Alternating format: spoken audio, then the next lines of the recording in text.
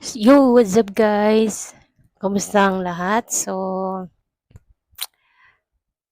ayun na nga, para sa mga hindi nakakilala sa akin, ako si Ferry Ayeras. Isa akong small YouTuber since 2019. So, may bad news sa YouTube channel ko na demonetize ako guys kasi may violation akong nagawa. So, before ko i-share sa inyo kung ano yung violation ko at ano yung mga bagay na natutunan ko at mga nalaman ko na dapat gawin at hindi dapat gawin sa YouTube channel natin. So, share ko sa inyo kung kailan ako nagsimulang mag-YouTube, mag-create ng mga content. Ang channel ko is Christine and Ivy Vlogs. So, pinalitan ko yung name since nagbabalak talaga kaming mag-vlog ng partner ko parehas na magkasama kami. So, hindi nga siya natuloy dahil nga na demonetize ako. So, 'yan, 2019 pandemic, 'yan. Marami talagang nagsimula ng YouTube mag-create ng content nung pandemic, 'di ba? So, 2019 'yun, guys. So, hindi ko lang sure kung ilang buwan lang ako, then ilang buwan 'yun bago ako na monetize. Siguro umabot 'yun ng hindi naman siya umabot ng isang taon. So, siguro kung hindi ako nagkakamali, 6 to 7 months bago ako na-demonetize. Siyempre, hindi naman tayo sikat or wala naman tayong masyadong suporta. So, ang ang nakuha ko lang suporta is from my ano nga, from family and sa mga nakilala ko lang din sa YouTube, pag-YouTube. Dun ko lang nakuha yung suporta. So, ayun, kabilang tayo sa mga small YouTuber. So, kahit pa paano naman, sumasahod tayo kay YouTube channel. So, ayun naman yung importante, 'di ba? Ang content ko talaga is mga pa-challenge ng mukbang challenge, anything na challenge. Kasama ko ang mga pamangkin ko, ganyan, minsan kaibigan ko. Sometimes nagpa-prank din ako ng kaunti, mga gano'n. Naging gano'n yung content ko. So, okay naman siya. Dumating yung time na nag-abroad ako. Punta ako ng Singapore. Since naging OFW ako, naging busy ako. Wala na akong time, nawalan ako ng time sa mga paggawa ng vlog, ganyan, paggawa ng challenge na yan. Siyempre, mag-isa lang din naman ako sa ibang bansa. So, gumawa ako ng paraan na iba yung content ko. Nag-games muna ako since kapag may free time after ng work, nag-games na lang ako, which is yung Mobile Legends. So, ayun, naging content ko yun. Kasi yun lang na lang talaga yung time ko. And bawal naman ako mag-video-video sa loob ng bahay ng employer ko. 2000, anong ano ba ako nag-YouTube? Ay, nag-Singapore, which is 2021,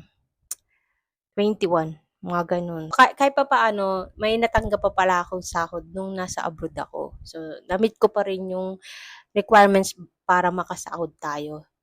Pero nahinto na naman ako kasi kasamaang palad, umuwi ako ng Pinas kasi may nangyaring hindi maganda sa akin, which is kukuwento ko na lang sa next. And then kasi dapat talaga hindi ako uuwi ng Pinas nun kasi yung employer ko magfo-for good sila sa London. Sasama sana ako kaso nga lang hindi na ano yung visa ko, hindi na approve.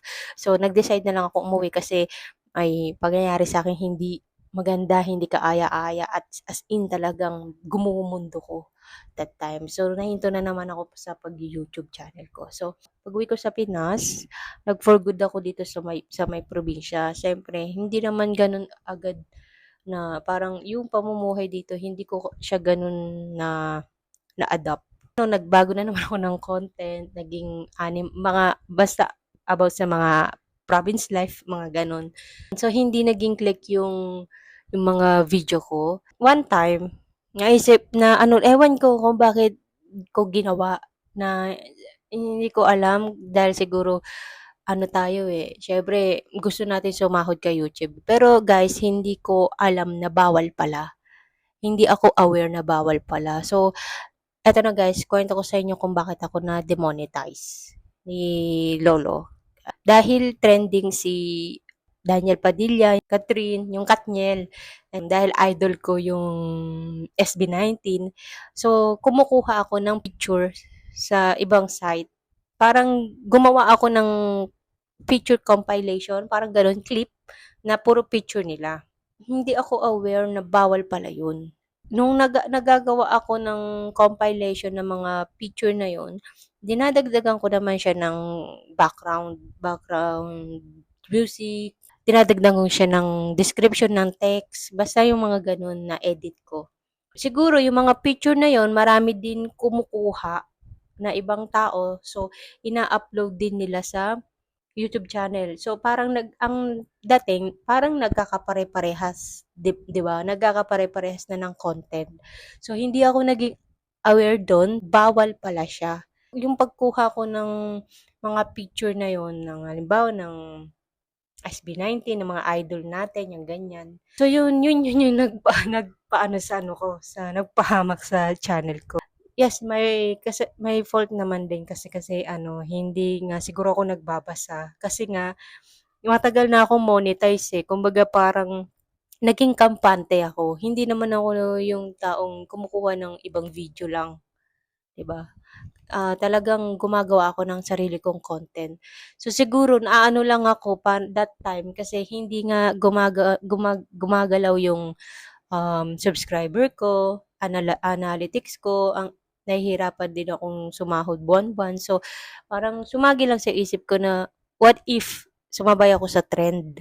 Na which is, hindi nga ako aware na bawal pala yung mga clips. Kahit na clips lang yan na short na ano kinuha mo sa ano Google, kahit short lang yan na picture na gagawin mo, basta yata pag nagkapare-pareha kayo ng ibang tao ng gano'n. So, made-detect talaga siya ni YouTube channel.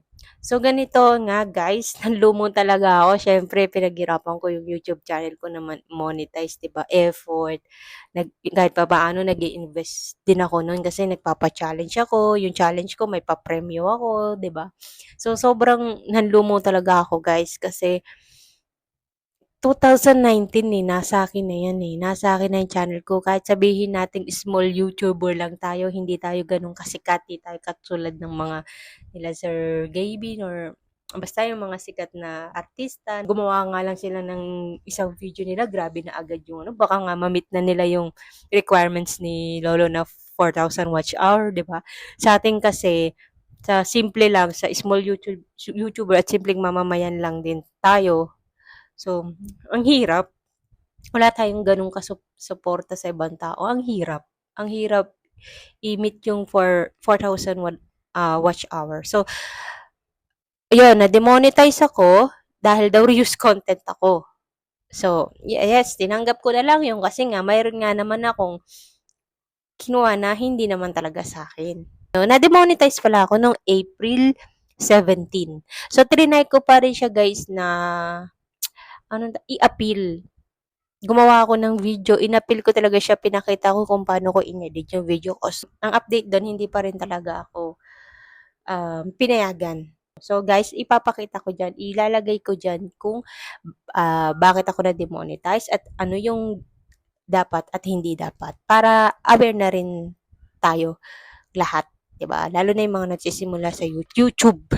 YouTube. So, ibigyan ko kayo ng idea kung ano yung mga bawal.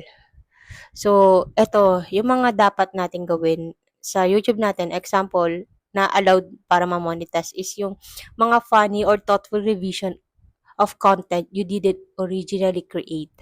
So, pwede naman yun, pero i-revision mo. Gagawin mong funny yung mga ganyan na mga ganun. So, clips of other people's content as part of critical review. A scene from a movie where you were rewritten the dialogue and change the voice over. Pwede yun. Replace of a sport tournament where you explain what a competitor did to succeed or failed. Pwede naman siya, yung mga replay ng mga volleyball, halimbawa, pero, explain mo siya. gagawan mo siguro siya ng reaction video, yung lalagyan mo siya ng mga dialogue. So, yung mga hindi dapat or hindi allowed sa monetization is yung short videos you compiled from other social media website. Yun dun ako nagdali, guys. Nag-compile ako ng mga picture. Yun, collection of songs from different artists, even if you have their permission. Bawal din yun. So, clips of moment from favorite show edited together with little or no narrative. Bawal din yun, guys. So, content uploaded many times by other creators. Feeling ko dun din ako nadali. Baka nga yun dahil kumukuha ako ng pictures sa ibang site. So, nagkakapare-parehas kami. May mga kumuha din na, sa dami ba naman ng nag-YouTube, 'di ba? So, nagsumasabay sa trend, 'di ba? Or bawal din yung promotion of other people's content even if you have their permission. Bawal din yun. So, guys, para mas maintindihan nyo, ilalagay ko dyan sa dito sa video ko yung mga do and don't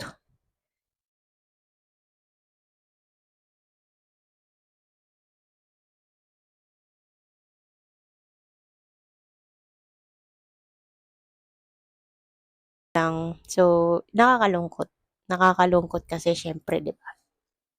Small YouTuber na nga lang tayo. So, kumikita tayo hindi gano'n kalaki na which is blessing na rin kahit papaano, 'di ba? Thankful pa din. Pero dahil nga do'n sa nagawa ko, may natutunan din ako sa nangyari. Magsikap tayo kung ano yung kaya nating gawin. Kahit simple man yan, basta pinaghirapan natin, sarili natin, okay yan. Okay lang.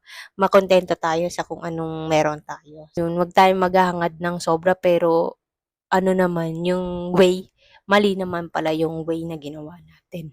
So, hindi ko naman sinasabi na sobrang mali yung ginawa ko. So, hindi lang ako naging aware. Hindi ko siya alam na bawal. Siyempre, 'di ba, sa tagal ko naman din nag-YouTube din tapos nahinto. Kumbaga hindi na rin ako naging update sa kung ano ba yung bawal na or pwede pa.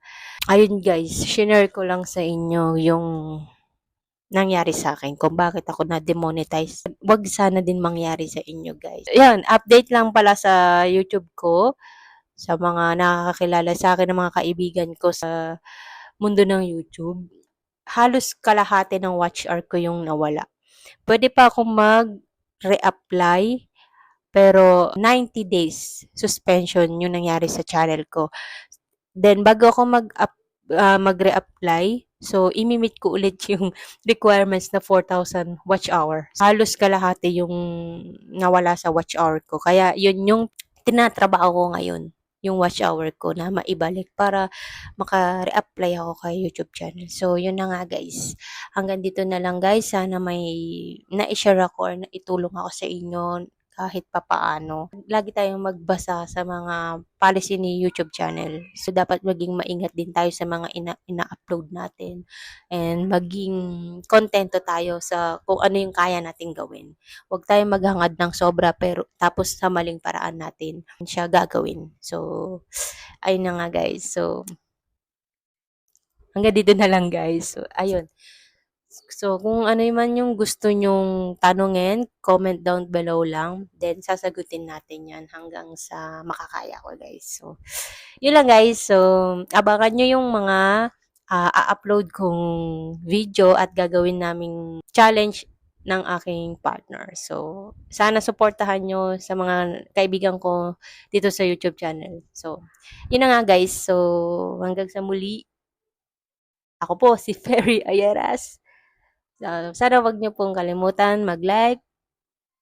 Hindi na ako marunong guys. Mag-like, share, and comment. And don't forget to subscribe guys. So, bye-bye.